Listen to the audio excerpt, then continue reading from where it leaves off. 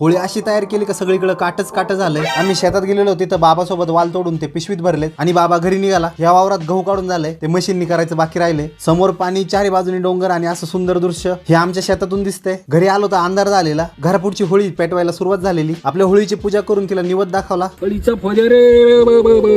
5 फेऱ्या मारून झाल्या। वस्तीवरच्या होळीसाठी यांनी बाबळीची लाकडं आणलेली, त्यामुळे होळीच्या बाजूनी सगळीकडून काट केलेलं आणि बारक्यांनी इकडे वेगळीच होळी केली। त्यांचा आनंद ह्या उड्यांमध्येच दिसतोय। पप्पांनी वस्तीवरची होळी पेटवली। असं म्हणत होळीला फेऱ्या मारायला सुरुवात झाली। मॅन वर्सेस आग हा खेळ खेळत सगळ्या नारळांना बाहेर काढण्यात आले। इकडे पूर्ण होळी पेटत नाही, त्या चारी बाजूंनी आग लागलेली आणि ती आग वाढवायला सगळीकडे कार्यकर्ते उभे होते, कारण इथं झालेली गवताची अडचण जाळून काढून टाकायची होती। होळी असली का आमच्या घरात जेवणाला पोळी असती, त्यावर असं मस्त तूप टाकायचं। सार भात म्हणजेच आमटी भात, कुरडई, पापडी, भजी। तुमच्याकडे जेवणाला काय बेत असतं कमेंट मध्ये सांगा।